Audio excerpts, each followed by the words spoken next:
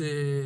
ممسا حدش بريزيدنت ناي أمريكا نخلي أجزء بريزيدنت زخون زلوا مالتي بس داعماي ممسا ناي بريزيدنت إلكت ترامب أب أمريكا نعو مسرت كيرناس next week زمرة أزلوا مسمون مرة على نعو مسرت كيرناس كي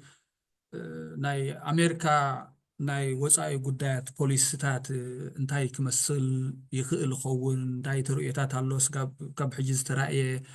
خاطر ناي قدم ناتو ناي بوليسي قدات وصاي خونتات رئينا وانتاي مسل إلنا قل علالات كنقبر نالبات كنجمر سي السم مستعوتة بتمرجع بوغن أبتي أبي ترازلو بوليتيكاوي حيلي يخون كابز أب دنبه زلو أب سدد زلو ناي تعاومو دنبه ريوتات ملستات رياكشنسي وهاب نيرو مالتي كاب كل تي وغنات استفعل علي حسابات قرب نيرو نسو مسمو مسوس كمزخ قبريو كمزخ حقزيو أب كمزي حقزني قلز بسي استفعل علي حساباتي اللعال نيرمو اسكي خمي تريو كلتيو ناي كلتيو دنبه زنبري رياكشنز من البات بتناي ناي إيرتراخ نجمر تاي كمين يرت ملسي كاب إيرتراخ صعبة ملسي نس معوات ناي ترامب سلام تسفي ولا ندخ جمر مسلني من الباش زي كلا جيزة ترامب نفس التان ممتعو أكاتا يكون تاتينيرو عوتي زبال جن تعويتو ترامب مستعوت ترامب انتاي يخبر زبل هذا بزح حتى يمسي مخنياتو ترامب سو ميك أمريكا great again زبل ناتي فوكس كلنا بأمريكا إيو بهالايو أمريكا كمي جرع بيه كمي جرع سألوا كمي جرع أوشت جمريا تحيل زبل أتحساسبا حيزي يمسي كل جيزة جن اتناب كوادادر كله نكامبين ستعملو دحار كتقبرو دي الكامراي السو تحدي أقداس زخونة نغاري جن بحافشا ترامب براغماتيك بحال ويكاني أب زلو ورعاو خنة استمر كوسي بوليس علني زبليو سلازي بزعبا ديمقراسينا يكالوت هاقرات بزعبا مسل سبعوي قدايات زبال بوزحة كتكورني انتاي رأى كميجيرو كسرح خيل كميجيرو أمريكا زربح كقبر خيل أو قلت خطكوريو سلاز تبهالي بوش تعدي بمنقسي ناي إرترا مالتيو دارقا بحقوس تقبلو خويني سمعني بوزحات دقفتي نايت منقس زبالون انت نهاجرنا حجزي لهم انت نولك قوي ربحهم كطباوخن قال بهلاوي هيمانوتاوي نترامب زمرصو كويني سمعني بتزرعنا يو كامبين زنبره جيزه جن بوغن تقاوم تقاني هجي دارقا لوبي يقبرالو نوري لنا ترامب خمي غير حجزنا خل كمي غيرو نتنا عدنا دلو ديكتاتور ياو سرعات ام ممحياش ويا مقلاي انت يا بركو تقبر الممحدار ترامب تبعيلو تصبي تقبرلو مس قال حلفتي وي كاني أبالات ناي بايتو قال مزرراب قبركم زلون الزيز واتس زلو زينا نريو لنا جن انت يخبر ترامب توسانيو نخلتياتهم دنبخ سمعهم ديو نخلتياتهم دنبخ نصقهم ديو وي انتاي نحكر بحاني نا أمريكا انتاي يزربحا إلو ديو مجمريا تارجيت كقبر كنريعنا مالتي قن نتصوريزي ترامب خوينو كالو خوينو نا أمريكا مرحي مجمريا تا أمريكان انترست ويك عنا نا أمريكا دليت قدامنت كم بسرع بزعبازي زترتر نجار يلن مالتي من الباش أبزي حدا نجار كقولت صدلن حرالو ترامب خمزن رير لنا بفلاي كأبتم ترامب زدقفو توم فار رايت زبهاليوم كم بعل إيلون ماسك ناي تويتر وناني من الباش توم ليفت زبهالون كم بعل زي زاكبرك بحال ناي فيسبوك وناني زنبرون هجي ناب ترامب قصو يتقعلو مخنيات أمارات إيبلو انت ناي فيسبوك زنبرا جايد لاينز كله يما حيشالو اتي فاكت تشيك زبال زنبرا حاسوت اندحر صحيفكا قال اندحر غيركا ورنين متسكان نبرا من الباش كوم عينت ورنين اي كلي مالتي كوم اندحر كوينخا ات ميس انفورميشن اند ديس انفورميشن نبلو جيجا حبريتا مهاب وي سبات كون يلقا مدنقار اندابزح كخير مخانون الرأي كايو سلازي بحفشا ترامبن توم مسؤول زلو دنبن عاده يماناو زخونه سرعات كفطري لهم دارغا يصر له ايلون ماسك مسنا عاد انجليز قداماي منستر زغبرو زلون ري لنا اب جرمن زغبرو زلون ري لنا منالباش اب قالوت هاغرات منكم قبرو خلو خونيو كم زند حر غيرو هاني بزعبا ديمقراسي فتحي غلز بحالنا هاغرات ክገድሶም ድዩ ኢልካ እንድሕር ሓቲትካ ይጠራጠር እየ ኣነ ዝግድሶም ኮይኑ ኣይመስለንን እዩ እስኪ እያ ምናልባት ወሳኺ أو اسكي تكاتلون نحن نركح إنك نبر responses ብዙሕ ተወሳኺ እኳ የብለይን ተስፋ ኣለም ሰላም ቀዲመ ከምዚ ሳሙ ክብለት ፀኒሐ እዩ ንባዕሎም ቲ ኤርትራ ዘሎ ስርዓት ንባዕሉ ብሓጎስ ከም ዝተቐበሎን ተቐዳዲሞም ናይ እንቋ ሓጎሰካ መልእኽቲ ከም ዝህብሉን ገለ ኩላትና ዝረኣያና ነገር እንዲ ሕጂ እቲ ቀንዲ መሰረታዊ ነገር ኮይኑ ዝረኣየና ንዓይ ኣብቲ ጂኦፖለቲካዊ ፅልዋታት ናይ ኣሜሪካ ወይ ኣብቲ ፎሬን ፖሊሲ ናቶም ክመፅእ ዝኽእል ለውጥታት ኣሎ ድዩ ምስ ትራምፕ ዝብል ሕቶይ ዝኸውን ብኸመይ ክሕዞ ክእል እንታይ ዓይነት ለውጢ ክመፅእ ክእል ብፍላይ ኣብ ከባቢና ዘሎ ነገራት ክፀሉ ዝኽእል ማለት እዩ ሕጂ ኦረዲ ንሪኦ ኣለና እንታይ ፅልዋታት ይፍጠር ኣሎ ሚድል ኢስት ሕጂ ኣብ ካልእ ከ እንታይ ፅልዋ ክህልዎ ክእል እሱ ቀንዲ ዝብሎ ዘሎ ነገር እንተልየ ሓደ ሰላም ዶ ስቴቢሊቲ ከምፅአ ገለ እዩ ዝብሎ ኣሎ ኣብ ዩክራይን ይኹን ኣብ ሚድል ኢስት ይኹን ኣብ ካልእ የፈራርህ ብሓይሊ ናይ ኣሜሪካ ተጠቂመስ ንኩላትኩም ሰጥ ከብለኩም ኩሉ ዝደለኽዎ ክገብር እዮም ዝኸድክዎ ዓለም እዩ ዝብለሎ ማለት እዩ ካልእ ኣዘራርባ ሕጂ ንኤርትራ ብኸመይ ክፀልዋ ክእል ኣቲንክ ብዙሕ ክንፈልጥ ንኽእል ኮይኑ ይስማዓኒ ብዘሎ ኣብዚ ሕጂ እዋን እቲ ዳይሬክት ፖሊሲታት ናቱ እቲ ፎሬን ፖሊሲ ብቐሊሉ ክትርዶ ይከኣልኒ ብዚ እዋን እዚ ማለት እዩ ምናልባት እንታይ ኢና ክንዕዘብ ንኽእል እንታይ እዮም መን እዮም እቶም ናቱ ኣብ ጋቨርመንት ዝረክሖም ዘሎ ሰባት መን እዮም ብዛዕባ እንታይ ዓይነት ኢንተረስት ዘለዎም ሰባት እዮም እንታይ ዓይነት ፖሊሲ ዝኽተሉ ሰባት እዮም ክንብል ንኽእል ኢና ካልእ ካብ ከምዚ ሳሙ ክብሎ ፀኒሐ እቲ ካብቶም ሃብታማት ዝረኽቦ ዘሎ ሳፖርት ንባዕሉ ሕጂ ግን ንባዕሉ ዝቀሊል ኣይኮነን ንዑ ማኔጅ ክገብር ማለት እዩ መዓት ፍሪክሽን ክፍጠር ከም ዘሎ ኦረዲ ንሪኦ ኣለና ማለት እዩ ሓደ ፖላራይዚንግ ዝኾነ ኢፌክት ኣለዎ ካልእ ከዓ ብቐሊሉ ናብ ዓለም ከስፋሕፍሕ ዝኽእል ነገር እንተልይካ ፖፑሊዝም እዩ ማለት እዩ ኣብኡ ጥራይ ኣሜሪካ ጥራይ ዘይኮነ ብዝርኢና ኢና ንባዕልና ኣብ ዩኬ እንታይ የጋጥም ነይሩ ዝሓለፈ ሳመር ማለት እዩ ኣብ ካልእ ኤሮፓ ኣብ ጀርመን እንታይ ይግበር ኣሎ ንሪኦ ኣለና ፈረንሳ ኣብ ሚድል ኢስት ከም ዘሎ ንፈልጥ ኢና ካብ ቀደም ሕጂ እቲ ፖፑሊዝም ንባዕሉ ሓደ ዓብይ ናይ ፖለቲካ መሳርሒ እንዳኾነ መፅእ ኣሎ ማለት እዩ ናይ ትራምፕ ክስተዓድ እቲ ጂኦፖለቲካል ወይ ባይላተራል ናቱ ፖሊሲታት ብዙሕ ለውጢ ከም ዘምፅእ ዘሎ ንሪኦ ኢና ሕጂ ንኣብነት ኣብ ሪሌሽን ምስ ካናዳ ዘለዎ ርኢና ኢና እንታይ ክኸውን ፕራይም ሚኒስተር ኣብ ሪዛይን ገይሩ ምስ ሜክሲኮ ዘለዎ እንታይ ክኸውን ይኽእል እቲ ቀንዲ ክሊር ክንሪኦ ዘይከኣልና ዘለና ነገር ኣብ ኣፍሪካ እንታይ ዓይነት ፖሊሲታት ክህልዎ ክእል ማለት እዩ እቲ ቀንዲ ትራምፕ ባዕሉ ዝብሎ ነገር እንተልዩ እንታይ ዓይነት ኤክስፕሎይቴቲቭ ኢንተረስትስ ኣለዉ ናብኡ ንሕና ክንጥቀመሎም ንኽእል ብልጫታት እንታይ ኣለዉ ንኣሜሪካ ፈርስ ዝጠቅም ወይ ንኣሜሪካ ሚሊታሪ ዝጠቅም ዝብል ክስታየት ክመፅእ ክእል ማለት እዩ ኣን ሕጂ ክሊር ኣይኮነን ቀሲልና ግን ምስቲ ፖሊሲታት ገለ ክስታይ ክነጥፉን ከለዉ ገለ ክንመሃር ንኽእል ንኸውን ናባር ኣብ ዝመፁ ዘሎ ሳምንታት ማለት እዩ ካብዚ ኩሉ ግዜ ዝሕስበኒ ዝነበረ ኣነታ መጀመርያ ናይ ዮሃና መልእኽቲ ምስ ወፅአቲ ተዓዲ ዘሎ ስርዓት እንድሕር ሪኢኻዮ ኩሉ ግዜ ከም ፀረ ሃፀይነት ፀረ ሃፀያዊ ዝኾነ ገባቲ ዝኾነ ናይ ወስተርን ስርዓታትን ዕንደራ እዚ እንኮ ቁፅራዊ ዝብሎ እቲ መራሒ ንባዕሉ ማለት እቲ እንኮ ቁፅራዊ ፀረ እንኮ ቁፅራዊ ግበታ ይቃለስ ካብ ዝብል ስርዓት ኦፍኮርስ ሃገር ትመርሕ እንድሕር ኣለካ ኮንካ በቲ ናቶም ኣረኣእያ ኣሎ እቲ ፕራግማቲክ ዝበሃል ኤንጌጅመንት ኣሎ ኤንጌጅ ክትገብር ምስ ዝኾነ ኣብ ስልጣን ዝመፅእ ሓይሊ ባህርያዊ ነገር ማለት እዩ ከምዚ ምሻሉ ዘይንቡር ገይሮም ኣይኮንና ንብል ዘለና ትኸሙ ምግባሮም ግን በቲ ሓደ ሓደ ከዓ እንታይ ዝፈጥረልካስ ከምዚ ሳሙን ክብሎ ፀንሐ ወላዚ ዘሎ ሓደሽቲ ተሪኦታት ዝቀላቀል ዘሎ ናይ ሓድሽ ናይ ትራምፕ መንግስትስ እንታይ ዝኸውን ዘሎ እንታይ ኢና ንርኢ ዘለና እዚ ናይ ከም ሳሙ ዝበሎ ናይ ኤለን ማስክ ናይ ትዊተር ወናኒ ቢልዮነር ንባዕሉ ናይ ፌስቡክ ወናኒ ንባዕሉ ናይ ኣማዞን ዋላ እቶም ናይ ቴክ ቢልዮነርሲ እንታይ እዮም ዝገብሩ ዘለዉ እታ መንግስቲ እታ ስቴትን እዚኦም ቢልዮነርስንሲ ናብ ሓደ እዮም ዝመፁ ዘለዉ ማለት እዩ ሕጂ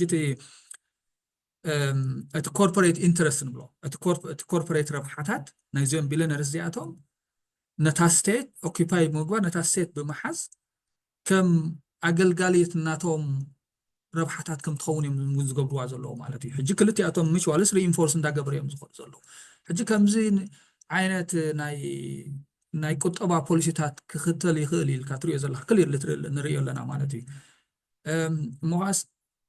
عنصر ناي ويسترن عبللان قبتان يكالس يزبل سرعات كم زي عينات طعم وورم زخونة ناي يوهانا ملخ تخسدت كله حجي حدا جزء وانا بحكس كم زي برينسيبل زخونة سنة حسابوي مرجس علوهم دي زي قنوع زي جيجان موبايل زي كونس ناي بحكس علوهم دي عبزيس كم حدا متكلاو زخونة سنة حسابوي متكل زي كير على النادي زي كير مالت زي كونس قل بوعدس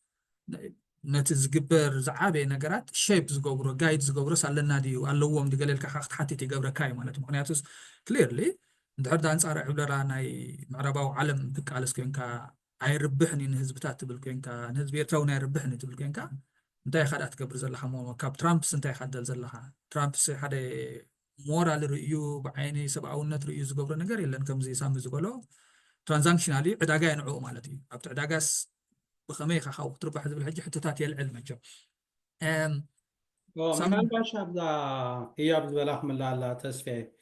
حدا بحلفنا بتزوبانا ولا أنا بكل عالم ترامب نمنيو كمرز توم عبيت تطرح يكون توم ناشط تحت دلو أربايزرات ويتوم مكتلات ناي واتساب قدايات زي ناي ديسكتات حلفتي بزح تلوالو ناشطو اندا مسلو من يوم بتخبابينا خمتو السو بزح نجر حبريتا قبلنايو جن أبز حلفة 4 عمت و 5 عمت ناي سلطان جيزو زنبرة ترامب أبتوانو تزرعنا كم حدا كينات هيدليني عالم كالرقاقة بزح عقرقراي كلوني زبل مرحود مثل حزمتي دارقا بزح عقرقر ولاين ورن دارقا فليز بلا سون تارجت الزخونة متقعات تزيكوين أمريكا بزح بكونفليكتي أي أتونا بتوانتي هجيجن نريد لنا لك عكم زي يأكل الصنحة زناي كندا زخنة كندا كم حنت دوبا مسكنا قطعت اللوا زبل قطباو تصاطخ قبل الله زبل عم تقيله زيناي غرينلاند مس سويدن أو مس دنمارك أو قرب مزر رابط رح يكون كساب بوليتيكاوي قويق زمثل ነገር አምጪሎ ከም ዝዝበሎ ኣብ ሜክሲኮ ትጋልፎ ሜክሲኮ ጋልፎ ኣሜሪካ ክንብሎይና ይብላሎ ምናልባሽ ካልእ ከምኡ ዳ መሰለ ነገራት ብዙሕ ታህዲድ ዝተሓወሰ ነገራት ይዛረባሎ ዝናይ እስራኤልን ፍልስጤምን ርኢና የለና ኣነ ብስልጣን ከይመፃኹ ሓደ ነገር ተዘጌርኩም ሄል ክዘንብ ኢና ኣብቲ ከባቢ ይብላሎ ሕጂ ኣብዚ መፃኢ 4 ወይ 5 ዓመት ዝፀንሓሉ ግዜ እንታይ እዩ ክገብር ከምቲ ናይቲ ዝሓለፈ ሰላማዊ ዝኾነ ናይ ስልጣን ግዜ ክሕልፍ ድዩ ኢልካ እሱ ምናልባሽ በቀረባ ክንርኢና ግን በዚ ሕጂ ጀሚርዎ ዘሎ እንድሕር ርኢናዮ ምናልባሽ ልውጥ ዝበለ ኮይኑ ክመፅእ ክእል እዩ ካልእ እውን ምዘን ናይ ብሬክስ ሃገራት ዶላር ምጥቃም ተገዲፍክንኦ ወይ ዶላር ተዘይተጠቂምክን ሳንክሽን ክገብር ኢኮኖሚክ ሳንክሽን ታሪፍ ዶ ቀረፅ ዶ እንዳበለ ኣብኡ ምፍራሕ ገብራሎ ቀለልቲ ሃገራት ኣይኮነን ዓበይቲ ሃገራት እየን በዓል ሩስያ ቻይና ህንዲ ደቡብ ኣፍሪቃ ብራዚል ገለ ዝርከበን ማለት እዩ ሕጂ እዚ ነገራት እዚ ሒዙ እንዳመፀ ምናልባሽ ስልጣን ምስ ሓዘ ዝመፅእ ዘሎ ሰሙን ልዝብ ክብል ድዩ ናብ ቀልቡ ክምለስ ድዩ ሕጂ ታህዲድ ድዩ ዝገብር ዘሎ ፕሮፓጋንዳ ድዩ ዝገብር ዘሎ ኢልካ ምርኣይ ኣገዳሲ ግን እዚ ዝኸደ ዘሎ ኣካይዳ ኣስጋኢ እዩ እዚ ንዕኡ ምስኡ ዝኸዱ ደለዉ ናብ ዝኾነ ሎክሎክ ድብሉ ደለዉ ከም በዓል ኢሎን ማስክ ዝኸድዎ ደለዉ ኣካይዳ እውን ኣስጋኢ እዩ ሕጂ እንታይ ዓይነት ኩነታት ክንርኢና ኣብ መፃኢ ክንርኢና ማለት እዩ ከምዚ ህያብ ክብሎ ፀንሐ ምናልባሽ ግን ኣብዚ ብፍላይ ንዓኸ ሓታ ዘሊ ተስፋ ዓለም ሕጂውን ክትብል ፀኒሕካ እዚ ናይ ዓድና ፖለቲካስ ፕራግማቲስት ድዮም ኮይኖም ወይ ከዓኒ ትዝብልዎ ዝነበሩ እንኮ ቆፅራዊ ስርዓት ወይ እዚ ዩኒፖላር ዝበሃል ንዕኡ ገዲፎምሲ ሕጂ ስለምንታይ ደኣ ንትራምፕ ተስፋ ገብርሉ ኣለዉ እንድሕር ኢልካ ኩሉ ግዜ ዝዝረብ ነገር ኣሎ ኣነ ዝገርመኒ ፖለቲካ ሽርሙጣ እዩ ዝበሃል ኣነ እኳ መትከል ክህልወካ ኣለዎ ዘርባሓካ ክትርኢ ኣለካ ሎንግ ተርም ንነዊሕ ማዕረ ክንደይ እዩ ነታ ሃገር ኣርባሕ ነቲ ህዝቢ ኣርባሕ ኢልካ ክትርኢ ኣለካ ዝብል እምነት ኣለኒ ግን ምናልባሽ ስኻ ብፍሉይ ፖለቲካል ሳይንቲስት ኢኻ ፖለቲካ ሽርሙጣ ድስከ ብዛዕባ እዚ ከቅርቦ ትኽእልና أتيا political sciences زيناتك يتخبرني مالت ولا اتليست بوليتيكال ساينس اندر جراجويت تمايركا كلتا ماسترز تمايركا لتم سبعتنا كيتدناغروم أم كل جزء ربحاتات مس جزء يغير يزخون سبسي بوليتيكاوي رأي زي كير سب زي كير سرعات زي كير زخون بوليتيكال انتيتي يلن مالتي همزي أب من استصحفي يكونن ولا حدا بوليتيكاو سنا حساب ناي حدا ناي سب خون ناي بوليتيكال بارتي خون ناي هاجر خون مالتي أكيرني مبالا يكوننكم من بزلنا جد كل جزيس ناي حدا عدي ناي حدا هاجر ناي حدا حزبي مريح زخون جايد زخون حدا استراتيجي كالتشر الله ات استراتيجيك ثينكين ات استراتيجيك كوا بهلي استراتيجيك كوا تحساسبا ات فلسفنا ناي حدا عدي ناي وصا غدات قطباو خون محبراو خون لا سكريتي خون البوليتيكاوي منقد رود ماب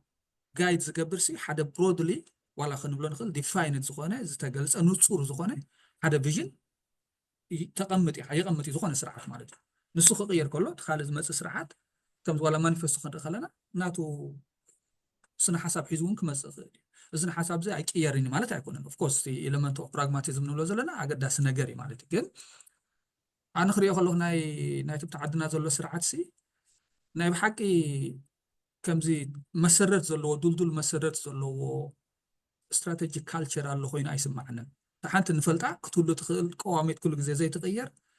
برينسيبل زغنت بتناتهم تاشم ولا عناويت كلا تا نخينات ترحول كهجم كمتاوية أتخلق ولا حدا مالتي كم سبويلر زغنة سرح سطر حتى قوامي زبهال أبكالي قوامي زبهال بوليتيكاون سنة حساباون محبراون بوليسيتات متكلات أي رأخ الله من عنا مالتي 3 عمد كام نورية مالتي تحنت قوامي ناتهم دوام كونستانت فاريابل ناتهم كويناتن سمت فان رح يزخون زلا مالتي سلازي سي انتا يخبل دلي بوليسي ناتهم دق مقمت كيروم نابز معرباو عالم انجيجمنت حدا حناص زغونه صمدخو قبر صقم يبل انتركم حسيبم صبو سقابنت حزب زربح زغونه سقابن حزب ارترا زربح زغونه صقم يبلان ግን ኮምስሉ ዘይኮነና ሙኻስ ኖዊን ትራምፕ ንትራምፕ ቡምፍላት ካ ማለት እዩ አንተ ወይ እንታይ ተቀስካ ነርካስ ኣብቲ ቀዳማይ ናይ ስልጣን ግዜሲ ብተዛማዲ ከምዚ ዓለማዊ ዝኮነ ካዮስ ወይ ቀውስታት ኣይነበረን ብውሕዱስ ናቱ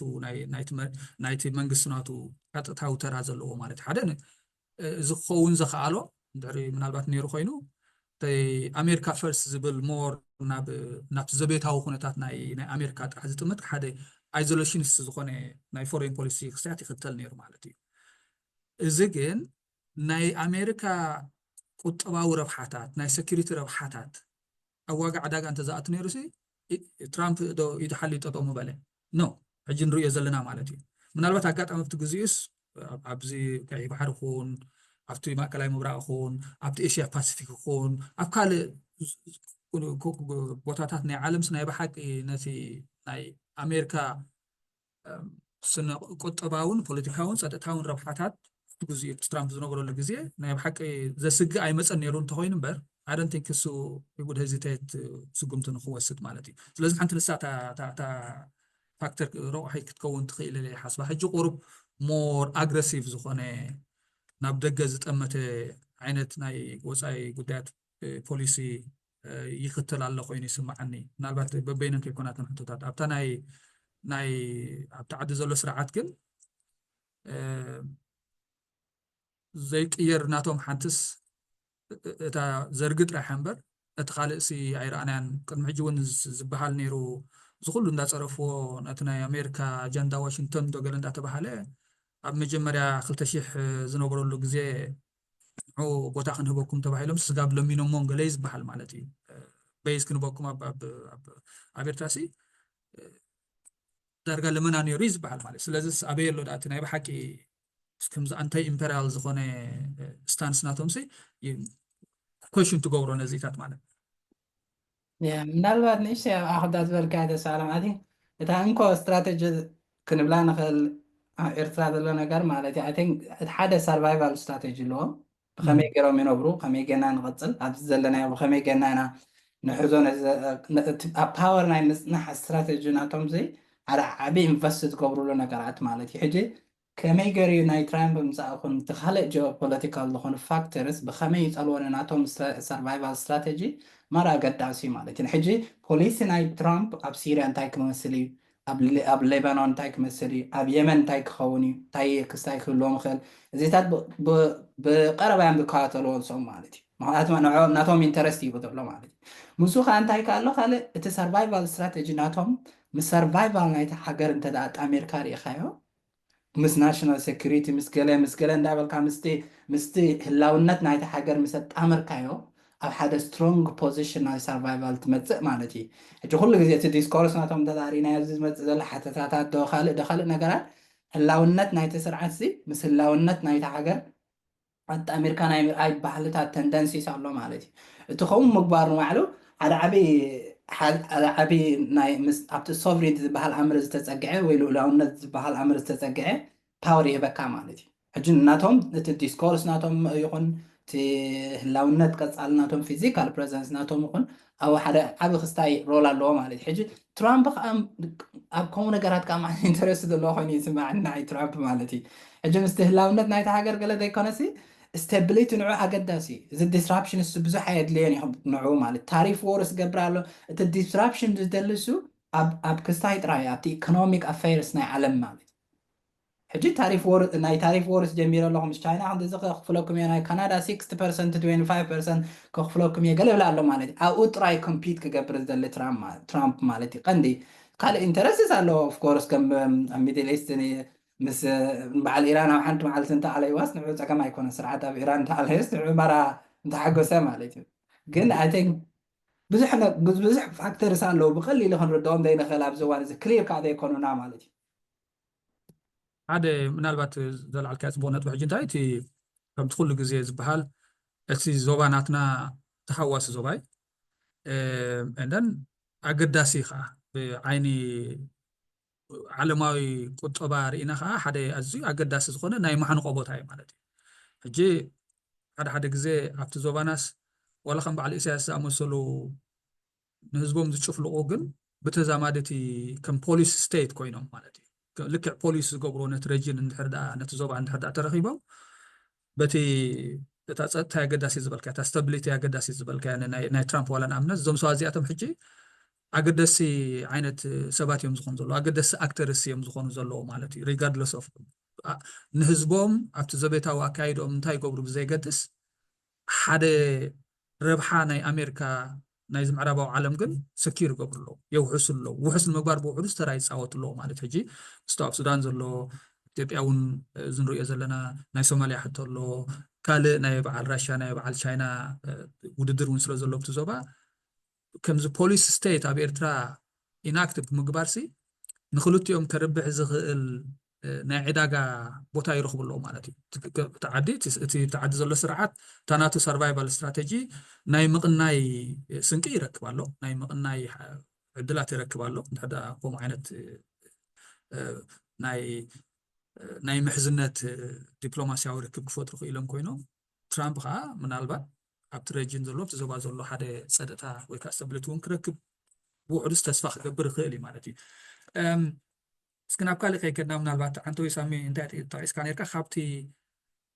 ከምዚ ኣወንታዊ ዝኾነ ነገራት ዝረኣናዮ ብዛዕባ ዳግማይ ምምፃእ ናብ ትራምፕ ናብ ስልጣንሲ ኩነቲ በቲ ኣብ ዓድና ዘሎ ፖለቲካዊ ርኢና ዋላ ብኣፍሪቃ ከምኡ ዓይነት ትራንዛክሽናል ብምዃኑ ዝበዝሑ እዞም ኣውቶሪታርያን መራሕትስ ክደልይዎ ይኽእሉ እዮም ምክንያቱ ንሱ ተገድሰት ኣብ ቢዝነስ እያ እቲ ናይ ቢዝነስ ዕድላት ናቱ እንተዳ ክሳይ ዘይኮኑሉ ካልእ ብዙሕ ኣይገደስን እዩ ስለዚ ኢት ወርክስ ንክልቲኦም ይሰርሕ እዩ ዝብል ሓፈሻዊ ትዕዝብትታት ኣሎ ማለት እዩ ኣብ ኤርትራ ዘይኮነስ ዋላ ኣብ ካልእ ኩነታት እውን ካልእቲ ዘለዓልካ ግን ናቱ ማሕበራውን ባህላውን ሃይማኖታውን መበገሲ ኣተሓሳስባታት ኣረኣእያታት እውን ሓደ ኣወንታዊ ተቐባልነት ንክህልዎ ገይሩ ይመስለኒ ገሌልካ ማለት ካብቲ ሕብረተሰብና ኣብቲ ናይ ተቃውሞ ደንበ ዘሎ ይኹን ዋላ ኣብቲ ናይ ምድጋፍ ዘሎ እንታይ ማለት እያ ትራምፕ ካብቲ ሓደ እሱ ናብቲ ጎስጓስ ዘምፅኦ እቲ ማሕበራዊ ኩነታት ብፍላይ እቲ ሕቶ ሃይማኖት ሕቶ ዘይ ናይ ግብረ ሰዶምነት ዝበሃል ወይ ገይ ኤንድ ሌዝቢያን እሱ ከዓ ሰባት በብናቶም መዳይ ቶም ንዖም ክድግፍዎ ዝኽእሉ ደጊፎሞ ቶም ክነፅግዎ ዝኽእሉ ከዓ ነፂጎሞ ማለት እዩ ግን ሓደ ኣብቲ ካምፔይን ምርጫ ዘምፅኦ ትራምፕ እዚ ከምኡ ዓይነት ነገራት ኣብ ቤት ትምህርቲ ኣይከእትዎን እየ ካብ ቤት ትምህርቲ ከኣልየ እዚ ብፍላይ ኣብ ስፖርቲ ዝነበረ ናይ ፆታ ሕቶ ዝነበረ እሱ እውን ከኣልየ ክፈትሐ ዝብል ሕቶ ምፅኡ እዚ ከዓኒ ብዙሓት ሰባት ብፍላይቶም ዓቀባብያን ኮንዘርቫቲቭ ዝበሃሉ ንትራምፕ መሪፆሞ ማለት እዩ ምናልባሽ እዚ ሕቶ እዚ ኣብ ምዕራባዊ ዓለም ዳርጋ ኖርማል ሕቶ እዩ ኩሉ ሰብ ተቐቢልዎ ኣሎ ክትብል ትኽእል ኢኻ ብበዝሒ ማለት እዩ ኩሉ እኳ እንተዘይበልና ብበዝሒ ሰብ ተቐቢልዎ ኣሎ ክበሃል ከኣል እዩ ኣብ ብዙሓት ኮንዘርቫቲቭ ወይ ዓቀባብያን ቤተሰብ ሃይማኖተኛታት ኣብ ክልቲኣቱ ማለት እዩ ኣብ እስላምን ኣብ ክርስትያንን ዝኣምኑ እዚ ሕቶ እዚ ሓደ ካብቲ ዘስግኦም ገሊኦም እውን ቀልውዖም ክሳብ ካብ ቤት ትምህርቲ ውፅኢና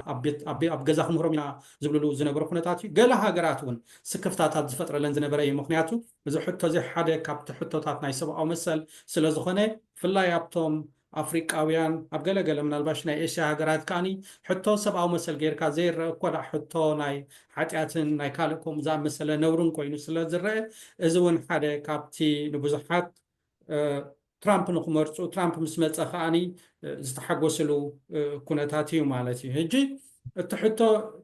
ከምዚ ኢልካ ንምፍራድ ወይ ንሓደ ደጊፍካ ንሓደ ንምንፃግ ዘይኮነ ግን እዚ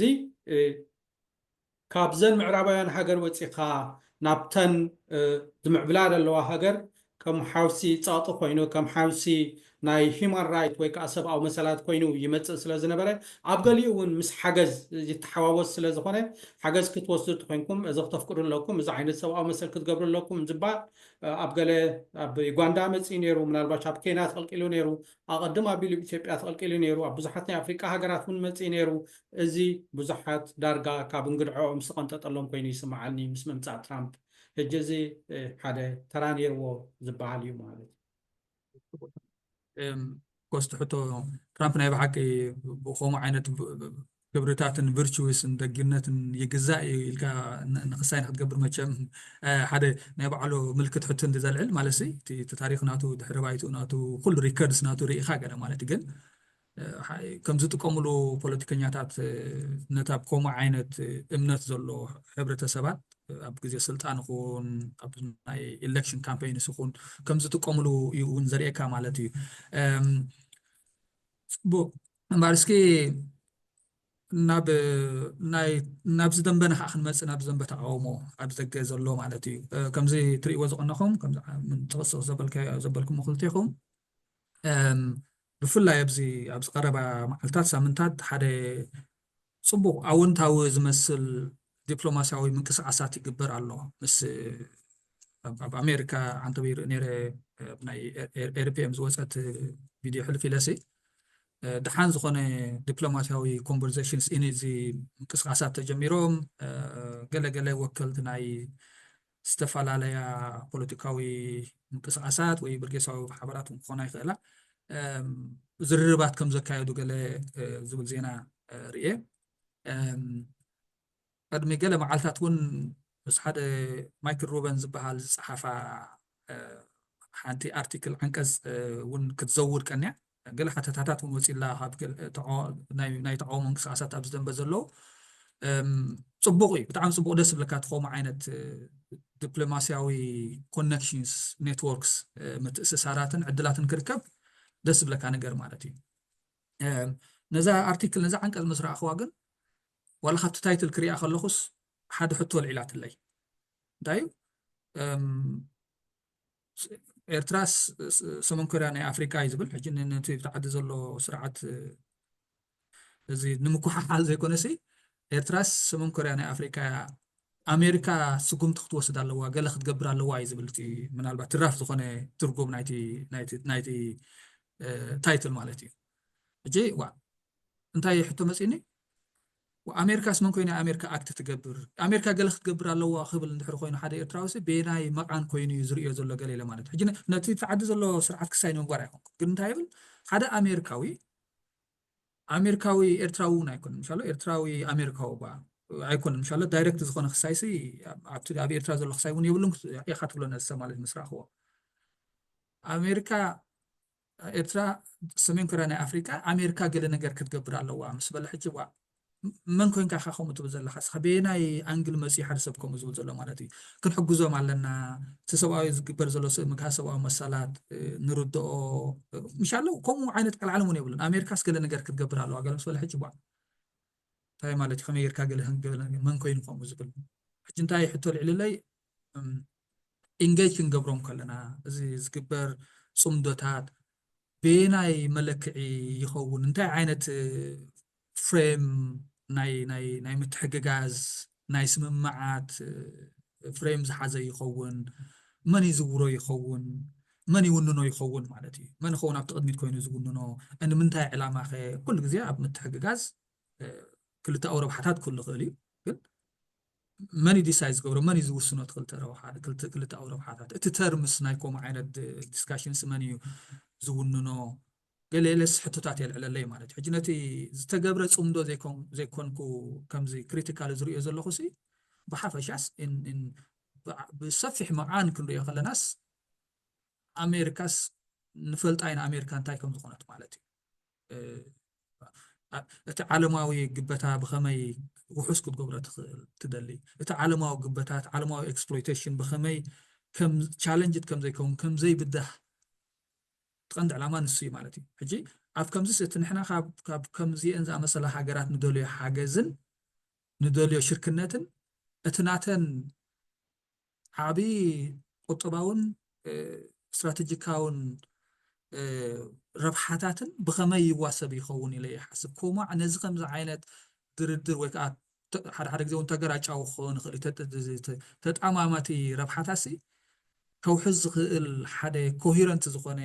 ምንቅስቃስ ኣለና ዲ ገለለስ ሕቶታት ኣላዓለለይ ነይሩ እስኪ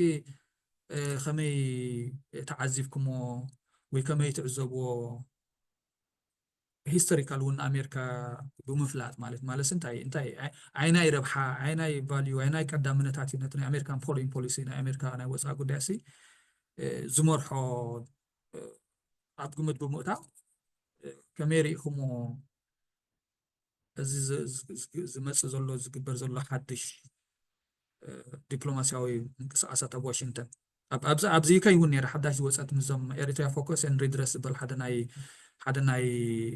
ናይ ሎው ፈርም እውን ዝወፀት ሓንቲ ፅሕፍቲ ነይራ ከምኡ ዓይነት ናይ ኤርትራ ዲፕሎማሰኛታትን ላዕለዎት ሓለፍትን ሲ ናይ ዲፕሎማስያዊ ሳንክሽንስ እገዳታት ክግበረሎም ትፅውዕ እውን ሓንቲ ሓዳሽ ኣርቲክል እውን ወፂያ ኣላ ሕጂ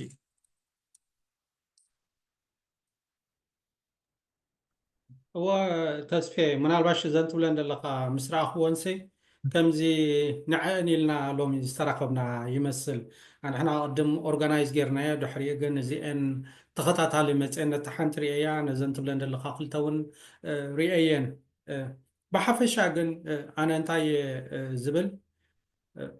نايدك زجبر زخونا حجز نتنا بإرتراء زلو كنتات كجالس زخال وينتنا بإرتراء زلو كنتات أمغيار كحجز زخال عند حرا الله خوينو توساخي كاتاليستي بر السو زجبرو نجار يلند بالأمنات علني مسرته كجبر عند حركين نابنت يأسي حراي مو قمت لنا من قسم مو الكاخ قمت لنا حركين سني سلامنتاي دبحال حتو يمت من الباش يس ناي ريجيم تشنجا يقبرون مالت يكون اب على ما بتفلالي هاجرات جيروميوم اب عراق جيروميوم اب كال هاجرات جيروميوم ግን ስለምንታዮም ገይሮሞ እሱም ዝገበሩ ከድሕሪኡ እንታይ ዓይነት ለውጢ ናብ ተኸባብቲ መፂልካ እንድሕሪኢኻ ኩላትና ንፈልጦ ኢና ማለት እዩ ናይ የስ ጥራሕ ደይኮነን ኮላይ ናይ ካልኦት ሃገራት ማለት እዩ ናይ ሊብያ ኬዝ ንፈልጦ ኢና ናይ عراق كيس نفلطينا ناي كالوت كوم زيتدالو لوط ዝተገበረ ነገራት ውን ንፈልጦይና ሕጂ ክልተ ነገሪ ኣብዚ ኣገዳስ ኮይኑ ድስምዓና ሓደ ዩኤስ ዝኾነ ዓይነት ለውጢ ክትገብር ትኮይና ንረብሓ ህዝቢ ላይ ትገብርና ምናልባሽ مساعة التحاز حنت نجار النحرالاسني أبزي كلا كنات عالم إنجليز كأبو خلو ناب إيرتراس تنسمع عشرة انتايو اندحر حقيسكم نس إنجليز سنات نتكون كوبكمي زبالسي تأتيلنا يو شعكو ቃል እኮ አትየምላ ነይሮም እዮም እንግሊዝ ድሓር እምበር ጠሊሞምና ዝበሃል ኣሎ እዛ ናይ እዛ I didn't do it for you ናይ መን እያ ሽማ ሃበኒ እዛ ደራሲት ናይ ሚቸለሮም ናይ ሚሸል ኣሮን እያ ናታ መፅሓፍ እንድሕር ኣንቢብካያ ከዓ እንታይ እያ ትብል ኣብቲ ከረንሲ ክሓልፉ ከለዉ እቶም ናይ እንግሊዝ እንዳሓለፉ ኮይኑ ሓንቲ ሰበይቲ ሽዑ ልልልልልልል ኢላ ዕምባባ ሒዛ ገለስ መፅያ ተሓጒሳ እንግሊዝ መፅኦም እሞ ሕጂስ ናፅነትና ክህቡና እዮም ሕጂ I didn't do it for you ከባ move away ነገር I didn't do it for you ኢልዋ እያ ትብል ሕጂስ ንዓኺለ ኣይገበርክዎን እንተኣለይ እንዶ ኣብ ኢደሊ ክፀላም ነግሮ ኢልዋ ሕጂስ ክገብሩ እንድሕር ኮይኖም ከንዓና ኢሎም ድዮም ክገብሩ ኢልካ ምሕታት ምንሲ ኣገዳሲ መዓት ሪሶርስስ ኣጥፊኦም መዓት ብዙሕ ነገር ገይሮም ለውጢ ከምፅኡ እንድሕር ኮይኑ ብድሕር መጋረጃ እንታይ ስለ ዝደለዮም ኢልካ ምሕታት ኣድላይ እዩ እቲ ካልኣይ ፖይንት ከዓ እንታይ እዩ ወላ ድሓንስከ ገይሮም እሞ ንብር ወላ ንረብሖም ኢሎም ገይሮም ካብኡ ክንከስብ ንኽእል ኢና ድብል ሰብ ክህሉ ክእል እዩ ክትከስብ ንኽእል እንድሕር ኮይንና እንታይ ዓይነት ሓይሊ ኣለና እንታይ ዓይነት ውዳበ ኣለና እንታይ ዓይነት ጥርናፈ ኣለና እንታይ ዓይነት ምድላዋት ኣለና ምርኣይ ከዓኒ ኣገዳሲ እዚ ንሪኦ ዘለና ደንበ ፍትሒ ሎሚ ከቆናፅወ ኢለ ኣይኮንኩን ሪያሊቲ ዝበዝሐ ስለ ዝኾነ ብሃይማኖት ዝተፈናጨለ ብኣውራጃ ዝተፈናጨለ ብስነ ሓሳብ እኳ ክብሎ ይክእልን እየ ግን ብናቱ ፖለቲካዊ ውዳበ ዝተፈናጨለ ዓይነት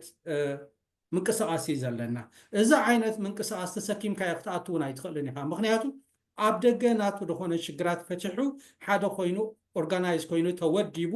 እንተዝህሉ ነይሩ ምናልባሽ ምስ ኣተወስ ሓደ ለውጢ ከምፅእ ኢልካ ትፅበ ኣብዚ ቀረባ እዋን ካብ ናይ ሶርያ ክንመሃር ንኽእል ኢና ዓንቲ ወይ ንዕልል ነርና ናይ ሶርያ ካብ 2013 ዓመት እንድሕር ጀሚርካ ክሳብ ካብ 2011 ማለት እንድሕር ጀሚርካ ናይ 13 ዓመት ቃልሲኦም ኣካይዶም እቲ መጀመርያ ዝነበረ 5 ዓመት ግን ፋሕፋሕ ዝበለ ወላ ሓንቲ ኦርጋናይዜሽን እውን ኣይነበሎምን ዳሓረይ ወላ እኳ ዝተፈላለዩ እንተነበሩ ግን ኣብ 2016-17 ዝነበራ ንእሽቶ ውዳበታት ኩለን ብተኻእለ መጠን ኣብ ሓንቲ እየን ተጠርኒፈን እዚ ናይ ኩርድስ ዝነበሩ እቶም ካልእ ናይ ኣይስስ ዝነበሩ ገዲፍካ እቶም ሓያት ተሕሪር ኣልሻም ድበሃሉስ ብዙሓት ውድባት ጠርኒፎም ኣብ ሓደ ኦርጋናይዝ ዝኾኑ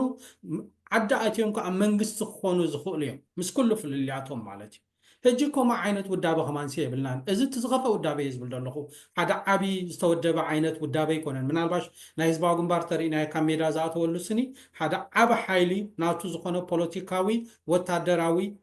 ማሕበራዊ እንኮላይ ቁጠባዊ ሓይሊ ሒዙ ይመፅ እዚ ዓይነት ውዳበ ሒዙ ዝመፀ መንግስቲ ንክኸውን ግዜ ይወሰደሉን ምናልባሽ እቲ ናቱ ኣብቲ ሃገር ዝነበረ ህዝቢ ኣብቲ ሃገር ዝነበረ ምሁር ኣካል ኣብቲ ሃገር ዝነበረ እንኮላይ ወፃእ ዝነበረ ነቲ ናይ ህዝቢ ኤርትራ ንኩሉ ሓይሊ ተጠቂሙ ነቲ ዝነበረ ፖለቲካዊ ስርዓት ኣብ ዲሞክራሲያዊ ስርዓት ክቕይሮ ኣይከኣለን ዲክቴተርሽፕ ኮይኑ ክሳብ ሕጂ ይረግፀና ኣሎ ማለት እዩ ግን ከምዚ ዝበልኩኻ ብሕፅረልካ ሓደ ስለምንታይ ኢሎም እዮም ዝገብሩልካ እንታይ ክረብሑ ስለ ዝደለዮም ካልኣይ ወላ እንተ ዝገብርዎ ኣብቲ ናቶም ዝገበርዎ ኣነ ተረፍ መረፍ ክረክብ እየ ሞ ተረብሓ ክኸውን እየ እንድሕር ትብል ኮንካ ንከምኡ ዝኸውን ውዳበ ኣሎ ዲልካ ምሕታት ኣገዳሲ ኮይኑ ይስማዓኒ ክልተ ነገር ካልዕላ ሽዑ ናብ ህያፍ እውን ክምለስ እየ ሓደ ዋላ ዓንተ በዚአን ምስራእና የንሲ ከም ዝበልካ እዛ ዕላልሳ ቀዲምና ኢና ሓሲብና ነርና እስኪ ቁልብስ ሪፍሌክት ንግበር ገለ ክንበሃል ቀኒና ኣጋጣሚ ካዚአን ሕጂ ዝመፃ ዘለዋ ኣወንታዊ ናይ ፅምዶ ዜናታት እንዳተቐልቀለ ከሎ ሕጂ ለመዓልቲ ዋላ እንዳመፃ ከለኹ እዚኣስ ከምዚ ነቲ ናይ ተቃውሞ ምንቅስቃሳት ክንሃርም ወይ ከዓ ክንነቅፍ ክሳይ ንገብር ዘለና ከምዚ ኔጌቲቭ ዝኾነ ክሳይ ጥራሕ ተነምፅእ ዘለና ኩሉ ግዜ ከይትመስልስ እንዳተሰከፍኩ እየ ነይረ ግን ኣይ ቲንክ ከም ሃገራውያን ከኣስ ከነልዕሎ ዘለና ሓደ ክሪቲካል ሕቶታት ኣገዳሲ ሕቶታት እዩ ማለት እዩ ሓደ እዚ ኣሜሪካ ወይ ከዓ እዚ ምዕራባዊ ዝበሃል ዓለም ከም ሓደ ካፒታሊስት ዝኾነ ርእሰ ማላዊ ዝኾነ ደንበስ ንዕኡ ገዲፍና ናብቲ ናይ ማሕበርነት ወይ ናይ ደስነት ደንበ ንኺድ ወይ ነዚ ሓደ ገዲፍና ናብዚ ንኺድ ኣይኮና ንምባል ኣይኮነን ማለት እዩ ኣይ ቲንክ እሱ ግልፅ ክንገብሮ ሱስ ንዝኾነ ማሕበራዊ ፖለቲካዊ ውድባትን ምንቅስቃሳትን ዝምልከት ናቶም ኢንዲቪዥዋል ናይ ውልቂ ፖሊሲ ማለት እዩ ግን እንታይ ተልዕለለይ ከምዚ ክትብሎ ፀናሕካ እንድሕር ኮይኑ ከዓ ኣብቲ ትረኻ ኣብቲ ናሬቲቭ ኣብቲ ትረኻ ናይቲ ስርዓት ከዓ ንወድቕ ኣለና ኮይኑ ይስምዓኒ ንሕና ማለት ኦኬ ኣሜሪካ ክትሕግዘና ክላስ እንታይ ኢና ንብል ዘለና ሓደ ዓለማዊ ገባቲ ሓይሊ ስርዓት ክሕግዘና ኣለዎ ኢና ንብል ዘለና እንድሕር ኢልና በቲ ሓደ ከዓ السرعات زبلا عندك عن الساعة مالتي مسارح ناي عالماوي قباتي ناي معرباوي سرعات كوينهم جنزب اندا تخفلوا بخبدهم زتعصبوا قال اندا بلخ حدا ناي حصوت الرخاوني فتري تسرعات مالتي هجي انتهي تحطنا باهم يعني لأن هي بنا بخا خمل ساعة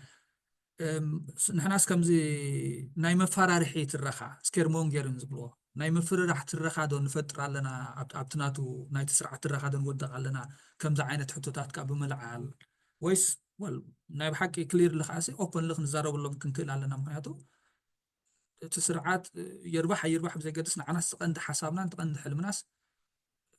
ناي هزبي ارتلا ربحا ناي تعدي ناي تهاجر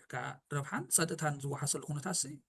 كن ديسكاس نقبرو لنا بزي سكفتخ اسكن العلوان كل على ولا تناي تقاوم دنب ناي لوط ناي مدلاي دنبن هالوس السو خونا لوتي عند حلافنتنا كمان كاب زبل حسابنا نلعلو زلنا مالت حجي نزخنا يمكساس نمهران وي كساين مبال زي خونسي اكل نايتي قدلت تحت جيرس اكل نايتي زلو قدلتنا ونحنا مالت كن ديسكاس نقبر كل على وخمينا نريو زلنا خمسة سام زبل كيا ناي بحكي فورميدابل زخونه ፖለቲካዊ ሓይሊ ስጋብናቱ ማሕበራዊ ቁጠባዊ ካላ ኣወዳድባ ዘለዎ ሪላያብል ዝኾነ ከም መሻርክትስ ክርአ ዝኽእል ክውሰድ ዝኽእል ሓይሊ ኣብ ናይ ተቃውሞ ደንባ ኣይተፈጠረን ኣሎ ማለት እሱ ስጋብ ዘይተፈጠረ ብሕጓን ዳእተኻ ኣብ ገለ እንዳወፅኻ ጥራሕ ክኸውን ማለት እዩ ስለዚ እንታይ ንገብር ኣለና ሓደጋ ክእቱ ይኽእል ዶ ገለ ዝብል ሕቶ ምልዓስ ኣገዳሲ እዩ ህያብ ናባኻ ክምለስ ኣብታ ናይ ከምዚ ዓይነት ትረኻታሲ እቲ ስርዓት ክጥቀመሉ ዝኽእል ዲስከርሲቭ ዝኾነ ሪሶርስስ ወይ ከዓ ስንቅ ንህቦ ኣለና ዶ ኮይኑ ይስማዕ ካዚ ከንታይ ብኸመይ ክትሓዝ ክኽእል ኣለዎ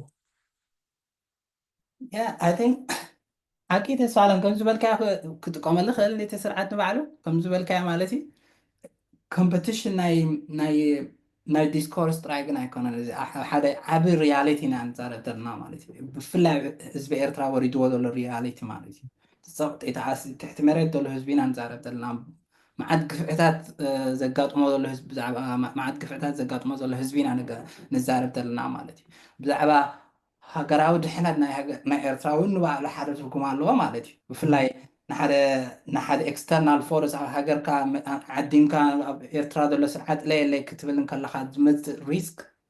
مع الخندي ريسك مخانوس كم زسامو خبلت أنا حس كاب كل عب هيستري بينا أنا مالتي السودان أبكم يكون تعالى لنا كلو تاجرات سوريا قبل سنة حسام خندي شحات تزبيهم كم ده أما يتحش شحات تزبيهم ميتهم بسوريا زلوا تخمت حجة خات المسألة لو تخستيبل دي مع خندي كستايك خون خلون تفلت أنا قري لان معلش حجتي الريسك ناينا خمسة عينت نجارات كليل لغة نزارة ولا أقدر أسخيني إذا سمعنا نعيون وعلو معلش بفلا تي انترستناتنا بيدلو كم حجر كم حزبي كم حبرة سبسي الناشونال انترستنا إيرتران اتي سيفيلاو من حزب إيرترا اتي سيفيليان بوبوليشن إيرترا انتاي انترستناتو اتهم انترستناتنا ناشونال انترست رايدي يكونوا كأو حليفنا دا نريو نقرات نتليهم كم رأي غيرنا جلوبال درجة انترينا انت عينت انترست هالونا إذن بلوم دلنا نقرات اتهم جلوبال رغبهم نخلي انترستس بخميك حجزونا نقول نعوم أشوف أب مقبار وين نعوم أب معوات كنت حجزونا خلوا قال خلنا ولا لنا مالتي أتين كلير خون قنوا العلا ولا حنت أجمع كويس يسمعني نعي نيجاتيف يكون بوزيتيف يكون تي كنت الريسك تاعت نتاع عينت أجمعتي تكون في كمزي أب كمز عينت إنجيج كنقبر نكلم مخ أخذت كحدا ويكس بوزيشن كابت تدخل مبوطع بوزيشن مثلا خمسة مسكولة أنا أو خين خمسة عبيت نجارات كتقدم كلها انت عينت قمت انت نجارات بقمت اتفاقها انت حسنت عليك هذا سرعات وين منقست كله غيرك خمس قول لك تبل كم زي عراق تقور نبرنا مال انت عينت حسنت علينا كم حاجه تدق وش ذا الحزب إيرترا انت يبل نسمع مثلا للنار اذا خمسة سامخ ولا صنحه ابو حزت مع على جلتات تقوم تدقوا له طراي يكون نزقو سنو له امزي الحزب إيرترا انت يبل زبيرترا كم بلون يردو كسمع عن كاي كلني كم تقول الناس حتى ما كاي كلني من قد يلن مالتي أجي عت عبيتي حتى تاتي مزلونا مالتي فمي كنقول صنخ كمان أشكاري أول باش تستي أبزي حنت نجار كوستقلا زلت بلو دت أنا حكاسني زي زجبر هاي دقة حجز محتاج ويكعني نتناتنا ኣብ ዓድና ዝወርድ ዘሎ ግፍዕን ሽግርን ከምዚ ኣብ ድብሎ ፀንዐ ንደገ ምውፃእ እሞ እቲ ዘለና ስቃይ ረእየዩልና ኣብ ምንታይ ኩነታት ከም ዘለና ምባል ገለ ሰባት ነቲ ናብ ውሽጢ ዘሎ ኩነታት ክነንፀባርቕ ስለ ዘለና እዩ ዝብሉ ኣሎ ኣብኡ ምናልባሽ ብዙሕ ዘካትዕ ነገር የለን ክኸውን ይኽእል እዩ ኣብ ገለ እንድሕር መፂኻ ግን እዚ ሕቶ እዚ ክንሓትት ኣለና ዶ እዚ እሹ እዚ ክንዛረበሉ ኣለና ዶ ክትብሎ ዝፀናሕካ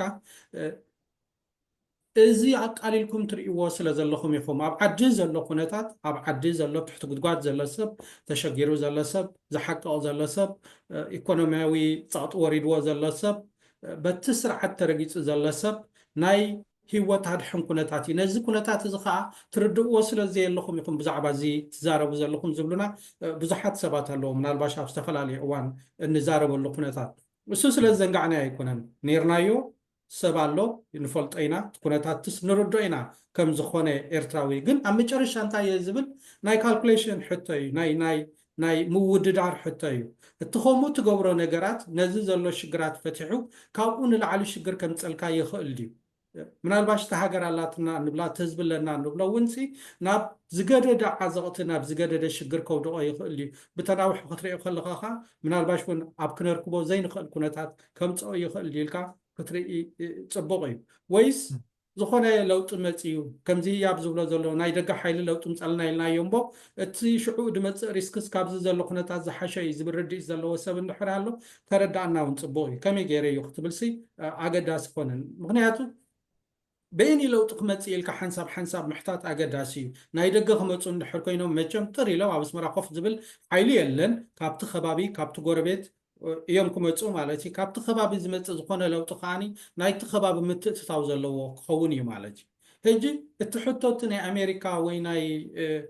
ትሕቶ ናይ ምብራቕ ናይ ምዕራብ ደይኮነስቲ ዓብ ሓይሉ ተባሂሉ ኣሜሪካ ኩን ራሽያ ትኾን ወይ ቻይና ትኾን መፅያ ለውጢ ተምፃለያ ዝበሃል እንድሕር ኣሎ ካብቲ ከባቢ ዝብገስ እዩ ካብቲ ከባቢ ዝብገስ ከዓኒ ኩሉ ግዜ እቲ ናቱ ሃስያ ዝበዝሐ እምበር ዝወሓደ ይከውን እዩ ከምዚ ህያብ ክብሎ ፀንሐ ኣብ ሶርያ ስኒ መዓት ሰባት እዮም ሞይቶም ልዕሊ 600,000 ሰባት እዮም ሞይቶም ልዕሊ 600,000 መፅኦም ሕጂ ኸ ንዝተረጋግዐ ዓይነት ሰላም ኣሎ ድዩ ብቲ ሃገር እንድሕር ኢልካ ምናልባሽ ክህሉ ይኽእል ዘይክህሉ ይኽእል ግን ፖሲቢሊቲ ናብ ዝወሓደ ክኸውን ይኽእል ሕጂ እንታይ እየ ክብል ደልየ እቲ ኩነታት ስለ ዘይንርድኦ ይኮናን እቲ ኩነታት ንርድኦ ኢና ብፍላይ ኣነ ብውልቀ ከዛርብ ኮይነስ እቲ ኩነታት ስለ ዘይርድኦ ይኮንኩን ዝነበርኩ ወይ ብዛዕባ ኤርትራ ዘይፈልጦ ነገር የለና ብተዛማዲ ክትብል ትኮይንካ ብታሕቲ ዘሎ ፈልጠ እየ ብላዕሊ ዘሎ ፈልጠ እየ ማለት እዩ ሕጂ ግን እቲ ዝመፅእ ለውጢ ካብዚ ዘሎ ዝሓሸ ድዩ እንድሕር ኢልካ ብደገ ዝመፅእ ለውጢ ብሃገራዊ ድሕነት ተሪኢኻዮ ከምዚ ህያብ ብሎ ፀንዐ ብህዝባዊ ድሕነት ተሪኢኻዮ ኣይከውንን እዩ ዝብል እምነት ስለ ዘለኒ እዩ ብመብዛሕትና ከዓ ከምኡ ይመስለኒ ዓብይና ንስማዕ ስለዚ ናበይ ወሰና እዚ እሞ ለውጢ ዳ ክነምፅእ እንድሕር ኮይና እንታይ ክንገብር ስለዚ እንታይ ክግበር ኣለዎ ዝብል ሕቶ የልዕል ማለት እዩ ኦኬ እሞ ኩሉ ግዜስ ኣብቲ ድራይቪንግ ሲት ክንከውን ኣለና ከምዚ ዓይነት ፅምዶታት ክንገብር እንድሕር ኮይና ርግፀኛታት ክንከውን ኣለና ናብ ሓደ ፎልት ዝኾነ ክስያት ከም ዘይወስድ ሓዲት ስሒቱ ናብ ካልእ ሓደጋታት ከም ዘይእቱ ዝኸፈየ ዝዓበየ ሓደጋታት ከም ዘይምፅስ ክነረጋግፅ ክንክእል ኣለና ዝብል ሕቶ ኣሎ ከምኡ ክነረጋግፅ ከዓ ንፈልጦ ኢና ዝኾነት ሃገር ዝኾነ ኤንቲቲ ዝኾነ ኣክተር ናይ ባዕሉ ረብሓታት ከም ዝሰርሕ ከምዚ ሳሚ ዝበልከ ዓንተ ወይ ሕማቅ ኣጋጣሚ ኮይኑ እዚ ናይ ተቃውሞ ካምፕናትና ብፍላይ እቲ ዞባዊ ዝበሃል ፖለቲካ ናይ ኣዝዩ ሃስያ ውሪድሉ ኣሎ ምናልባት ኣይተንክ ሽፍንፍን እንዳበልና ብዙሕ ኣይንዛረበሉን ኢና ብግልፂ ኣይንዛረበሉን እምበር እቲ ሬጂናል ፖለቲክስ ትኾሙ ናይ ዞባ ፖለቲካ ኣዝዩ ሃሲና ኣሎ ማለት እዩ ካልኦት ቁስልታት ኣለዉ ነቕዓት ዝፈጥሩ ዘይምትእምዋናት ዝፈጥሩ ብዘይካቲ ክህሉ ዝኽእል ናይ ፖሊሲን ናይ ስትራቴጂን ናይ ቀዳምነታትን ፍልልያት ባህርያዊ ዝኾነ ነገር ማለት ኣብ ሓደ ጥዑይ ፖለቲካዊ ሕብረተሰብ ከምኡ ኩሉ ፀገም ዘለዎ ኣይኮነን ግን ሓደ ዝርአ እዱብ ዝኾነ ክሬዲብል ዝኾነ ሪላያብል ዝኾነ ፖለቲካዊ ፎርስ ዋላ ሓደ ዋላ ይኹንስ ግን ከም ብልፍንቲ እውን ዝቆመ እዚስ ክውክል ይኽእል እየ ዝብል ኣይመፀን ኣሎ ስጋፍ ሕጂ ስለዚ እንታይ ክግበር ዝኽእል ከን ዊዱ ማለት ከም እንድሕር ኮይኑ ናብዚ ናይ ተሰዓርነት ክሳይ ገፅና ዲና ንኸይድ ዘለና ዋላስ እንታይ ክግበር ይኽእል ዝብል ሕቶ ይመፅ እዩ ብቐዳማይ እንታይ ብለን ነይሩ ሓደ ሶርያዊ ሲ ከቅድሚ እቲ ለውጢ ምምፅኡ እዚኦም ምስ ናይ القاعدة ركب زنبورهم affiliations زنبورهم سقاف حجسي زينو صاروا دينو صار بوليتيكا وحيلي وتدرو حيلي زمص زلو قال مسولكو كم زخلص انا حسام مالتي بمنصرتي اب حزبنا وريد زلو قفعي حسم ولا مش شيطان نأسات كاب سلطان كنالس ولا مش شيطان قال لي مالتي حجي ابتي ان نفس خا ابتي نفسه اندحر زيتي خايا كتردوني خا مالت انت ايزو زلون كم زي عين السبات حاجات كنت هاي زرني روح جسي ابتا عدس غاف كندي حما كم زراني عمل سغاف كندي بحسم وريتو خمزل ناير ترخخم ولا مالتي كم زلك عسام زبلك بتزامادي فلاله خون قلت تمكرتاتنا كنفلطينا حجي خان نبرول زلنا مالتي حجي نزل سلا زي نري ونا يكون انت زلو تحطو كن ولا مش شيطان دنبل ولا نايب علينا شيطان مالتي سي نايب علينا وشت او خساجرنا خلو تخن مسالو نخل جن براكتيكال زخونه تغبراو زخونه ነገር ካ ማለት እዩ محساب جزئي مالتي I think 30 عمد كوين له زسب كاب زقالس 30 عمد راح زيكونس ناي قدمون الله مالتي 50 عمد كوين له لو تخي مسل نحرز خل كوينو اما دمت ندون كن بصح لنا بلان حد غزي انت ايت استراتيجي ناتنا is it going to happen نا بحق خنا مص زينا تريجينال بوليتيكاوي منقسقاسات بوليتيكاوي معبالتات بخمي كنت قومولو نحسب كنت قومولو نخل دينا قال مسكوت ناي عدلات يفطر حدا غزي كفطر كله انتي يغوتنا خين تقومولو كم زعي زن لعلو زلنا سقات هدي ولاس ننبع لنا خنطامامتيناتي مريت زوقح زلو ايردا كان مالتي حجي حدا غزيس كم زي كونفيز وانت خونيها نبي قصنا هنا نخي زلنا هم زيات راح دينا ناي محبراوي ميديا ناي يوتيوب مرار راح كوينا خنبرس ولا تغبراو زخونه غبراو زخونه سراح كغبر كالي خون قليل حسب ديخا ምናልባት ግዜ እንደኸደት ያዘላ ሓንቲ እንታይ ክግበር ክኽእል ኣለዎ ትደንበ ተቃውሞ ዝበሃል እንታይ ክገብር ክኽእል ኣለዎ እንታይ ዳ ክንገብር ኣለና ኢልና ምናልባት ክንዓፅዋ ህያብና በኻ ደንሰሜ تازخبت حتى يا صح بابا حتصير زين ودادي ناي تحان حسر بالله نجمع انا دايما بالكو زي سؤال اب جزاء السنه مليسنا انتي كفطر زخل تبل زين حتى زحتت كان اب امونغ حزب ارترا ريفلكتد كون علون ولا تقاوم كون كالو كون تقاومتي سرحي لون مالت ايكونن معت صراحه يمزقوا زلو individual كون خير collective لببناتهم كستاي كون خير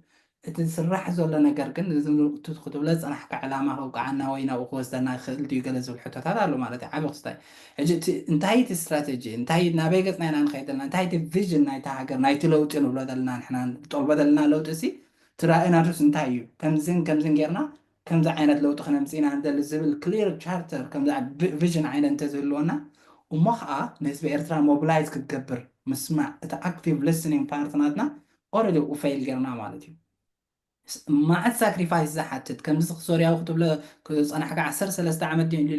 العليد يوم تكون ببركاتات نبرو مع رخندي ساكريفايس كم نبرو بقليل خن تون كم ريان خلينا ناتو مالتي ويا قازازه قاصم لنا ነገር ترينا كادمون አይደሉና ማብዝን ከለና خن موتينا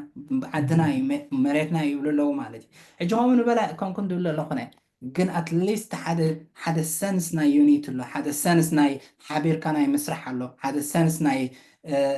رديت نايتي قبل عليها قاطعوا دول قفعل له مالتي حجب نحنا كن كمزبيك ارترايان قالينا انا ارترا دول سرعه ندقف انت داخلنا قالينا تو ارترا دول ندقفوا الناس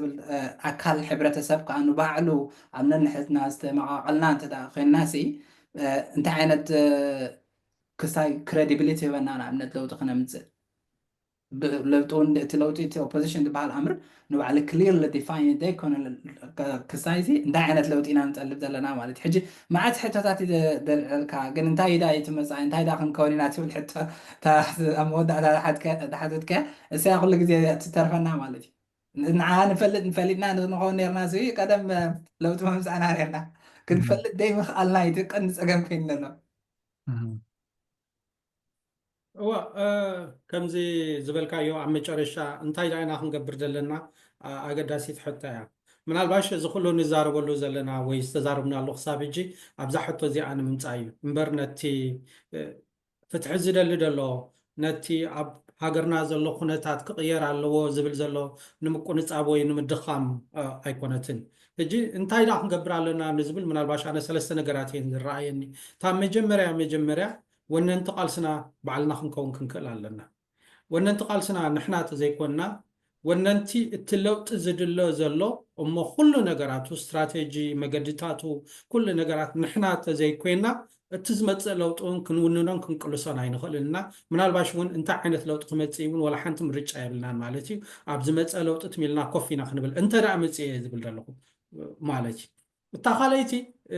كنواحد كنكل علينا تيونيتي دبال تحبرت زبال من الباش ني حساب فليات كل يبلون مالتي ايكون من الباش وين ناي ايديولوجي فليات كل يبلون مالتي ايكون قد اذا كله فليات نقول نغيرك حدا غيزاو زخونه حبرت كفطر كخل الله انت زي كوينو نزلنا وحدي اب بوليتيكا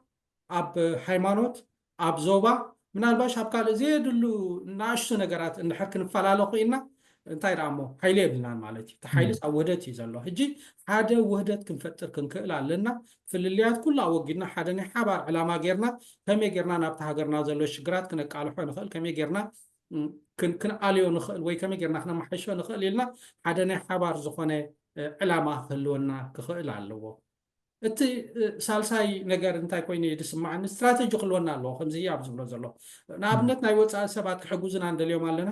ቶም ክሕጉዝና ዝደልዩ እንታይ ትንርሖናትና እንታይ ከልወና ኣለዎ